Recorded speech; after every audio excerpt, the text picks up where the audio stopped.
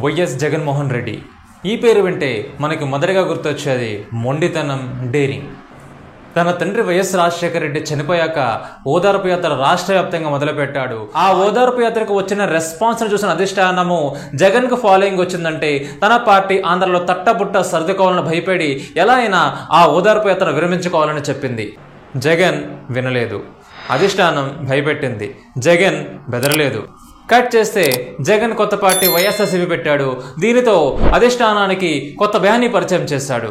2014 ఎలక్షన్లో ఓడిపోయినా కూడా గట్టి పోటీని ఇచ్చాడు.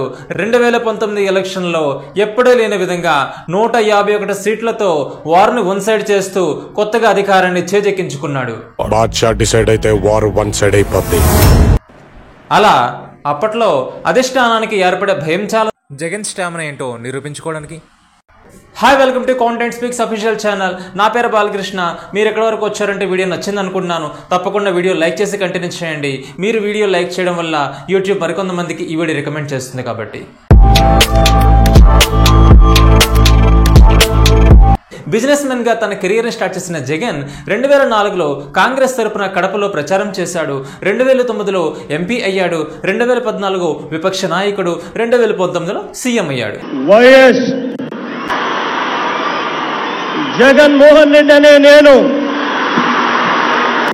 జగన్ వివాదాలు చూసుకుంటే కోడికత్తు వివాదం, రాయితో దాడి, వివేక హత్య లాంటివి ఈ ఎలక్షన్స్ ముందే జరగడము, ఓట్ల కోసమే సింపతిని క్రియేట్ చేస్తున్నారని చెప్పి అపోజిషన్ ఆరోపించడం, లేదు తనని హత్య చేయడానికి కుట్రలు పండుతున్నారని చెప్పి ఈ వైఎస్ఆర్సీపీ ఆరోపించడం కూడా మనం ఇలాంటివి తరచుగా వింటూనే వస్తున్నాం.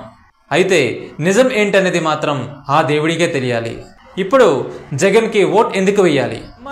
అప్పట్లో ఎంఆర్ఓ ఆఫీసులో ఏ చిన్న పని చేయాలన్నా కూడా చెప్పులు అరిగేలా తిరిగేవారు. లంచాలు లేకుండా ఏ పని కూడా అయ్యేది కాదు. కానీ జగన్ అధికారంలోకి వచ్చాక తీసుకొచ్చిన సచివాలయ వ్యవస్థ వల్ల లంచాలు లేకుండా ఏ పని అయినా చకచక అయ్యే పరిస్థితి వచ్చింది. దీనితో జనాలకి ఒక చిన్న క్యాష్ ఇన్కమ్ సర్టిఫికేట్ కావాలన్నా కూడా చిటికలు అయ్యే పరిస్థితి ఈ వ్యవస్థ వల్ల వచ్చింది. జగన్ తీసుకొచ్చిన ఈ వ్యవస్థ చాలదా ఓటేయడానికి?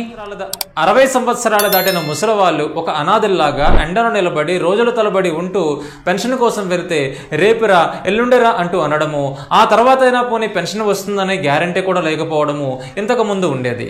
కానీ జగన్ తెచ్చిన ఈ వాలంటీర్ వ్యవస్థ వల్ల అవ్వాతాతల దగ్గరికి ఆ వాలంటీర్ నేరుగా వెళ్ళి వాళ్ళ చేతిలో పెన్షన్ డబ్బులు పెట్టడం చూస్తూనే ఉంటాం. ఈ వాలంటీర్ వ్యవస్థ చాలదా జగన్ని ఓటేయడానికి? నెక్స్ట్, అప్పటి వరకు గవర్నమెంట్ స్కూల్స్ అంటే అందరికీ చిన్న చూపే.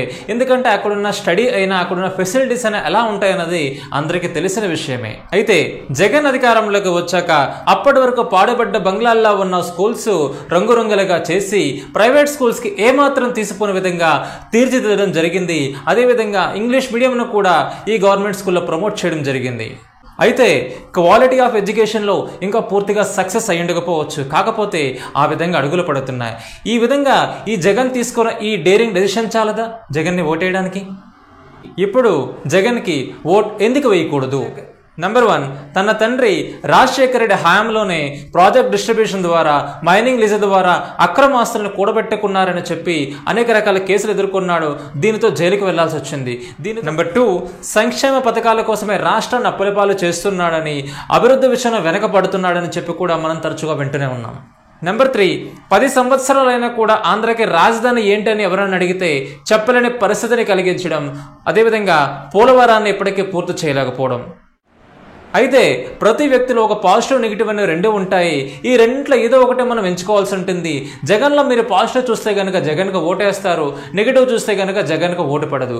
అయితే మీరేమనుకుంటున్నారు కింద కామెంట్లో, అదేవిధంగా మీరు జగన్కు ఓటేస్తారు లేదనేది కామెంట్లో మెన్షన్ చేయండి. అయితే ఈ వీడియో చేశానంటే జగన్ మీద ఇష్టంతోనో కోపంతోనో చేసింది కాదు, ఒక క్రియేటర్గా నా వృత్తిని నిర్వర్తించాను. ఆల్రెడీ పవన్ కళ్యాణ్ మీదకి ఒక వీడియో చేయడం జరిగింది.